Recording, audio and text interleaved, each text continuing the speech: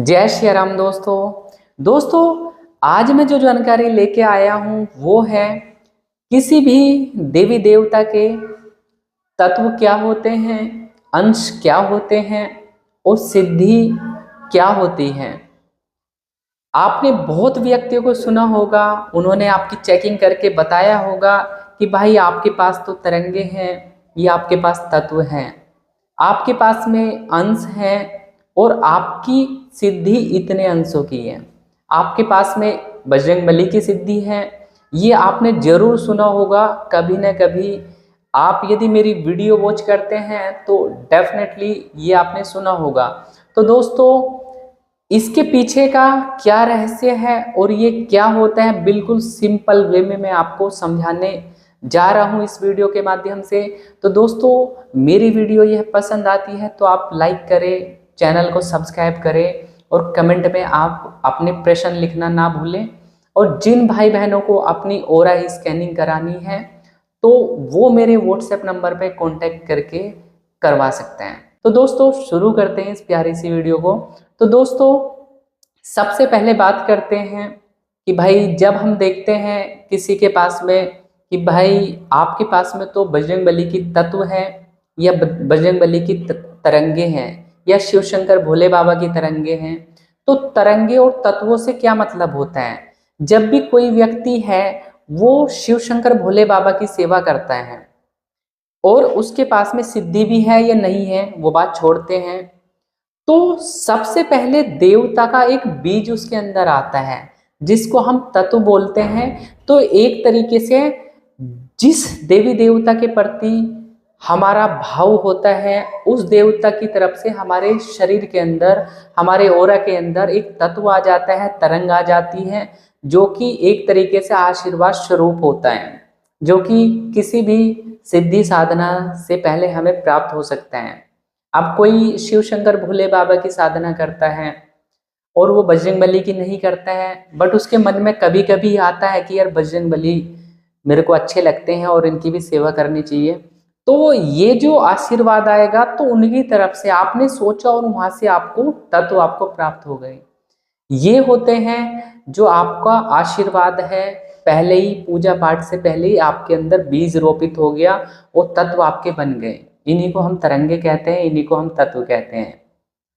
अब बात करते हैं जब हम अच्छे तरीके से अपने इष्ट के प्रति डूबने लगते हैं, जैसे हम कान्हा जी की सेवा करते हैं, कान्हा जी के प्रेम में हम उनको सुबह शाम नहलाते, पूजा पाठ करते हैं, सब करते हैं, तो अपनी सेवा से खुश होकर जब देवता हमें आशीर्वाद प्रदान करता है उसको हम अंश कहते हैं।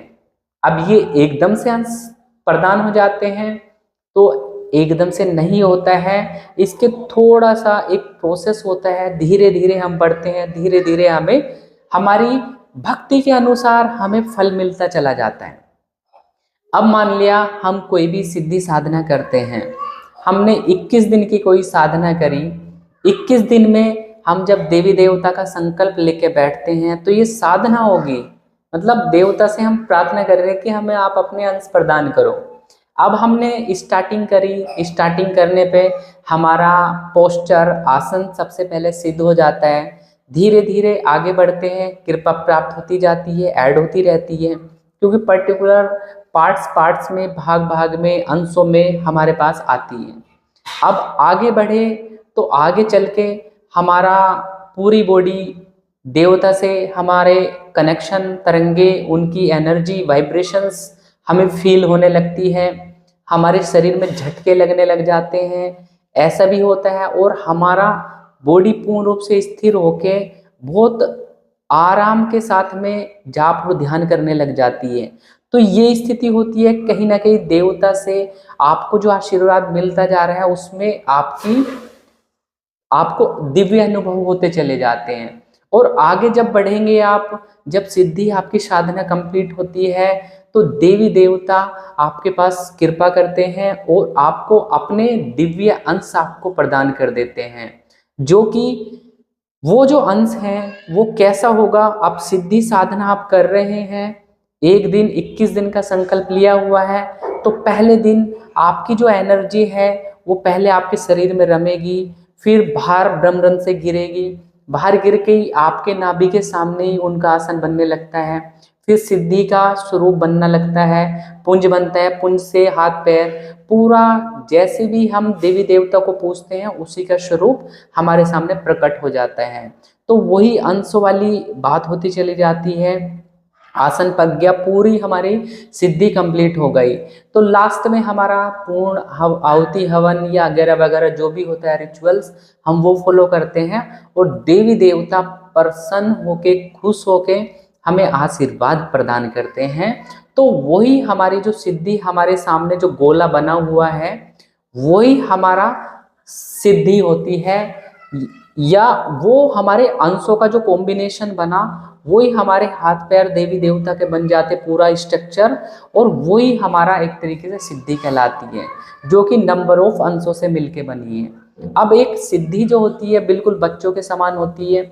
अब इसी बीच के प्रोसेस में आप सिद्धि साधना काल के टाइम पे बहुत सारी परीक्षाएं होती हैं, बहुत सारी नकारात्मक शक्ति भी आती है और पॉजिटिविटी भी आती है आपके पास में। अब वो एनर्जी कभी कभी कुछ नेगेटिविटी भी खा लेती है, इसलिए आप सभी को अपने आसन का बंधन करके, शरीर का बंधन करके ही हमेशा बैठना चाहिए, ताकि कोई भी नेगेटिविटी आपकी उस एनर्जी को, आपके अंशों को चुरा ना पाए। तो दोस्तों ये हमारे अंश हो जाते हैं, जो एक सेट ऑफ कॉम्बिनेशन होता है हमारी सिद्धि इन्हीं अंशों से मिलके। तो ये हमें देवी देवता के आशीर्वाद स्वरूप हमें सिद्धि शक्ति प्राप्त हो जाती है। जो हमारी सिद्धि होती है वो बच्चे के समान होती है, बच्चे की तरह ही बिहेव करती है।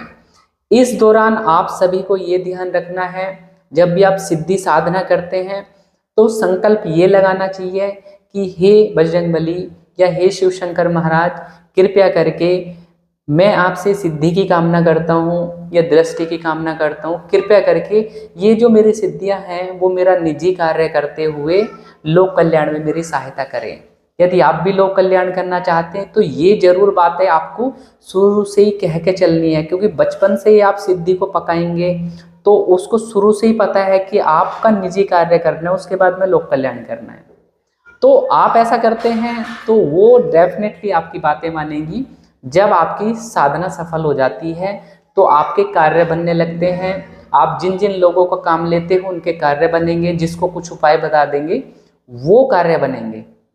तो सिद्धि इतनी पावरफुल हो जाती है, आप समझ सकते हैं। जो बागेश्वर धाम के धीरेन्द्र शास्त्री जी हैं, उनके पास में उनके जो सिद्धि शक्तियां हैं कितनी पावरफुल हैं कि वो भविष्य भी बताते हैं, भविष्य की घटना कब घटित होगी ये भी बताते हैं। वो आशीर्वाद, उनकी शक्ति में वो दम है जो आप सभी लोग भी ऑलरेडी उनको अचीव कर सकते हैं। बट उसके लिए ध्यान, मेडिटेशन, आप जाप और त्राटक ये करना बहुत ज़्यादा अनिवार्य होता है, तभी आपकी पूर्ण रूप से आपको सिद्धि शक्ति प्राप्त होगी और वो कहना मानेगी।